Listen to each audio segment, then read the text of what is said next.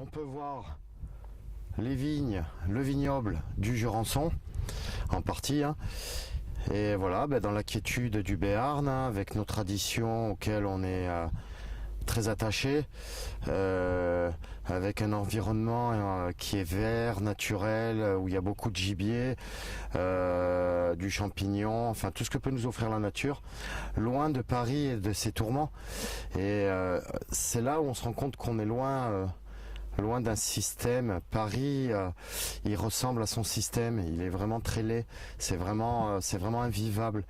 C'est là dans le Béarn, c'est vraiment un lieu où moi je me ressource en fait, et où on sent cette quiétude, comme dans tous les coins ruraux de France en fait, où on a encore de l'artisanat, du paysanat, où il y a encore la vraie France, la France profonde, celle qui a plus envie d'être sous l'égide d'un gouvernement totalitaire et qui a pas envie d'être gouvernée, légiférée par l'Europe en fait.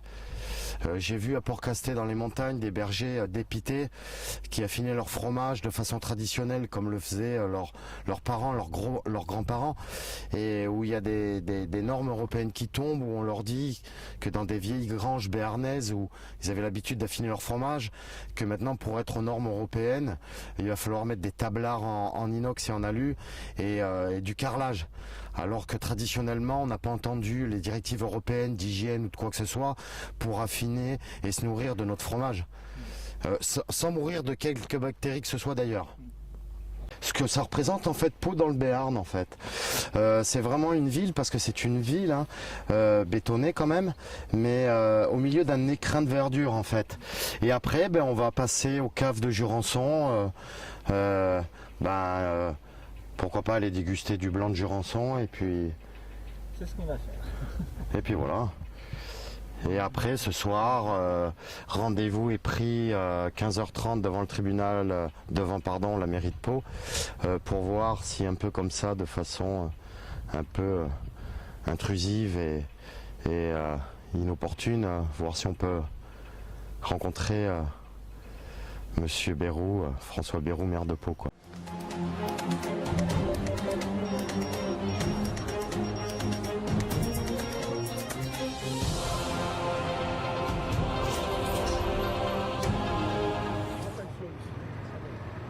Alors nous sommes ici devant la mairie de Pau, où il y a à peu près 2 mois se tenait un conseil avec les élus de l'agglomération paloise, où il s'est dit et convenu entre tous les élus qu'effectivement il n'y aurait pas perte de services publics et qu'on protégerait nos petits bureaux de poste. Or, il se trouve qu'il y a une sacrée incohérence, puisque entre ce qu'ont décidé les élus ce jour-là et ce qui se passe réellement et physiquement à Pau, il y a un fossé, puisque le bureau de poste de Pau, de la rue Carnot, va fermer ses portes. Alors encore une fois, nous sommes... Alors, des décisions bien sûr nationales, des décisions qui n'appartiennent pas à l'agglomération de Pau. Mais en fin de compte, on voit bien l'engagement de M. François Bayrou, qui fait partie du MoDem, pour La République En Marche. Donc il y aurait vraiment une incohérence entre ce qui peut se décider localement pour ce qui concerne la vie locale de Pau et de l'agglomération paloise, quant à faire vivre ou mourir les bureaux de poste, par exemple, qui font partie du service public. Il y a alors là, à ce moment-là, une incohérence. On sait que M. Bayrou, maire de Pau, MoDem, donc adhère quand même pas mal et appuie les idées de La République En Marche et du gouvernement Macron. Donc il faudrait quand même, au bout d'un moment, que M. Bayrou, je pense, prenne ses responsabilités et fasse remonter à Paris l'info, comme quoi ils ont quand même des réunions d'agglo où ils disent qu'ils défendent le service public et notamment les bureaux de poste aux habitants de Pau et aux Palois notamment, et puis qu'au niveau national, ils se décident carrément autre chose. Donc on est ici aujourd'hui devant la mairie de Pau avec des militants palois qui, pour aujourd'hui, la réunion qu'il y a entre les élus, faire un peu le forcing, essayer de voir si on peut discuter avec le maire de Pau de ce problème de fermeture de la poste de rue Carnot. Nous sommes là tous présents contre la fermeture du bureau de poste à Pau, le bureau de poste de la rue Carnot. Et d'ici quelques minutes, je vais voir si je peux participer à ce conseil municipal et voir si moi et quelques amis militants, nous allons pouvoir rentrer et assister à ce conseil et pouvoir poser des questions par rapport à ce bureau de poste. Rentrez. Conseil municipal. C'est devant M. Bayrou. Tout à l'heure. C'est un maire adjoint, ça? Oui, bonjour. Ok. Contre la fermeture du bureau de poste Vous avez de essayé Pau-Carnot. rentrer. Le ridicule a été dépassé quand ils ont placé 5 fonctionnaires à 50-60 mètres de l'entrée du commissariat et 5 autres fonctionnaires de l'autre côté. 10 au total, plus 2 fourgons. Ceci pour la déclaration d'un délit du niveau 0. Voilà où nous en sommes actuellement dans notre environnement macronien. Regarde, je comprends pas, ces fonctionnaires de police, là, ils coûtent cher, en fait. Ils ont Ils des choses coûtent très cher et à côté de cela, on mégote sur tout. Il faut le dire, Ferme les hôpitaux, dans ce ferme pays, la poste. les hôpitaux sont à la dérive, le service public, de manière générale, il a passé le point où il se portait mal. Maintenant, il est vraiment aux abois. On peut parler des hôpitaux, on peut parler des postes, on peut parler des trésoreries, les maternités que l'on supprime partout. Il n'y a pas de secteur du service public qui puisse dire qu'il fonctionne dans des conditions normales actuellement. Le thème de la pièce de théâtre, c'était le groupe Octobre. Le groupe Octobre, Prévert et l'ambiance du Front populaire. Donc, il s'agissait de leur rendre hommage, ce groupe-là étant clairement de gauche, de vraie gauche, antifasciste. Une demi-heure avant la représentation, je découvre qu'il était impossible d'entrer dans le théâtre. La représentation avait été supprimée. Annulée. Et pour quelle raison? Sur quel motif? Présence de drapeaux nazis. Il est bien évident que dans cette œuvre antifasciste, la présence de drapeaux nazis était nécessaire pour montrer l'adversaire, l'ennemi. Eh bien, sur ce motif, comment définir? C'est ridicule. Comment définir? Parce que c'était pas... Le seul mot qui me vienne à la bouche est celui de machiavélisme. Et on est C'est la mairie de Pau qui a fait ça? le préfet. Le préfet.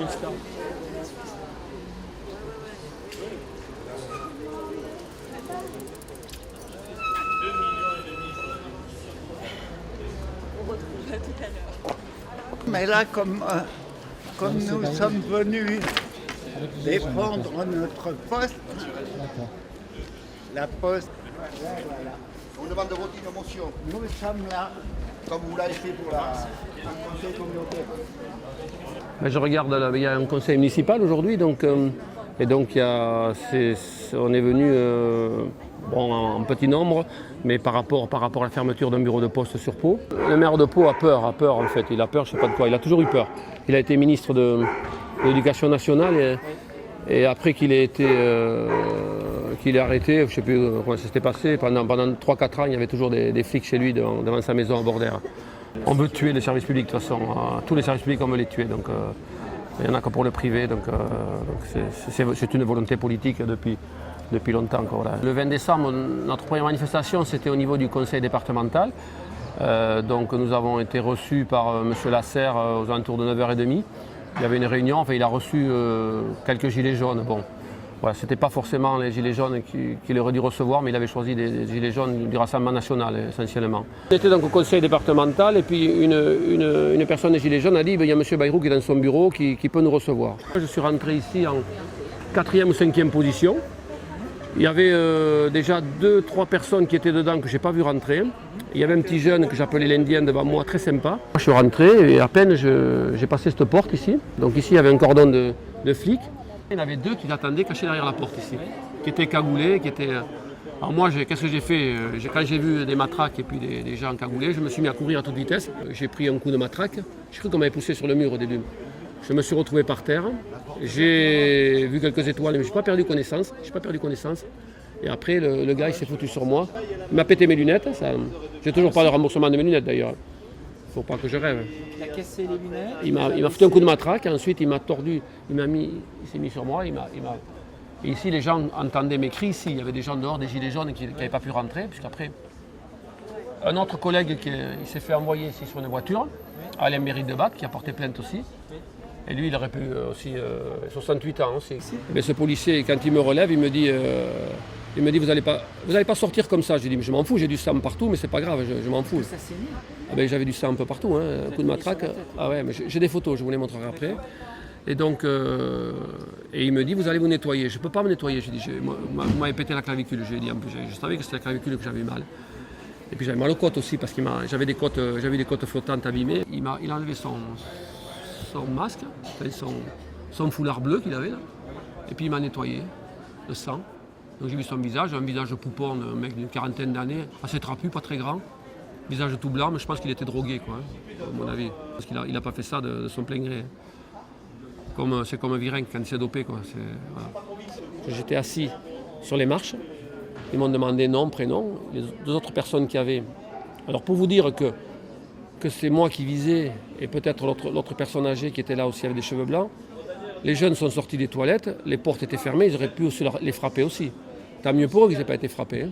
Je dis tant mieux pour eux, mais ça veut dire que moi je me sens vraiment visé personnellement. J'étais chez mon docteur le samedi, 2 jours après, et de là il m'a dit que j'avais vraiment eu de chance parce qu'avec ma constitution, sinon il m'a mis 3 semaines d'ITT. Je ne travaille plus, mais d'incapacité. Donc avec des calmants, avec tout ce qu'il fallait pour que je puisse un peu dormir la nuit, parce que je ne pouvais pas dormir de ce côté, je me mettais comme ça. Celui-là, ouais, celui-là. Et ça en répétant, en faisant une clé, c'est-à-dire en mettant le bras... Il m'a mis le bras comme ça et il tire, et je gueulais, et plus je gueulais, plus il tirait, quoi. Donc il m'a vraiment je gueulais. C'est gratuit. Ça c'est le procès verbal, ça résume un petit peu ce qui s'est passé. Ça c'est M. Pinard, le gars de l'IGPN qui m'a... C'était le 5 mars, voilà, c'est-à-dire 2 mois et demi après. Bon, il a fait un bon rapport, il a même été sympa avec moi, le gars de l'IGPN. Il s'engueulait un peu avec les policiers de Pau. Voilà, et ce que j'ai dit, que je vous dis maintenant, et que j'ai dit devant l'IGPN, et que j'avais déjà dit sur Facebook, j'avais déjà témoigné. Ils disent que c'est sans suite parce que ça a été commandité par une autorité légitime, c'est-à-dire le préfet. Arrivé, vous voyez, 11 septembre 2019, elle l'a reçu, elle me l'a dit il y a une dizaine de jours, là, elle l'a reçu. Avis de classement avocat, ne sont pas engagés. Non, voilà, c'est ça résume ça. C'est grave. Ouais. C'est grave. Oui, On aurait pu dire que les faits peuvent être vrais, c'est-à-dire que le policier, aujourd'hui, un policier français a le droit de mutiler. C'est ça. Patrice, c'est ton prénom, Patrice, il a perdu un œil. Moi, j'aurais pu être handicapé à vie, c'est ce qu'on m'a dit, m'a dit mon docteur. Hein, voilà. Parce que la colonne vertébrale, la première chose qu'il a regardé, c'est qu'elle n'avait pas été touchée. Hein, voilà. Tu sais que la plupart des personnes qui font partie des mutilés, pour l'exemple, du collectif, les non-lieux commencent à tomber. Antoine Boudinet, il a plus de main, non-lieu. Non-lieu. Ça laisse se passer repoussé. Non, Ça voilà, veut dire c'est ça. que les enquêtes, Ah bah oui, il n'y a rien d'irréparable. toutes les enquêtes vont se terminer. Voilà, les enquêtes IGPN, ils vont dire maintenant, Pour l'instant. c'est clos. Oui, et puis dans des affaires aussi graves Pour où l'instant. le gouvernement est mis en cause, les forces de l'ordre, etc., on peut pas ou difficilement demander à des policiers d'enquêter sur d'autres policiers ou d'enquêter sur un système, d'enquêter sur des faits, le résultat de faits qui sont directement liés au ministère de l'Intérieur. Les ordres ont été donnés d'en haut. Il est difficile, dans le cadre du mouvement des Gilets jaunes et des blessés que ça a drainé, moi j'ai du mal à croire en l'objectivité. Puis surtout, on nous a interdit de rentrer au conseil sympa. municipal, qui est public. Et quand quelque chose est public, c'est public. Hein.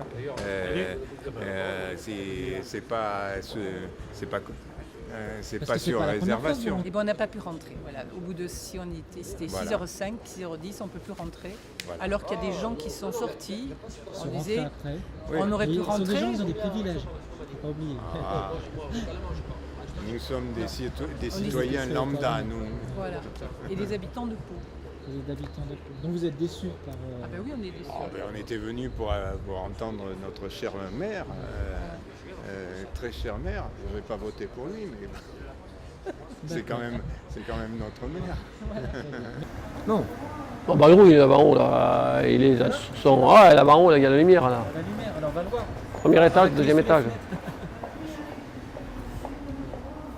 Bon, ben moi je vais sonner, savoir si je peux le voir là.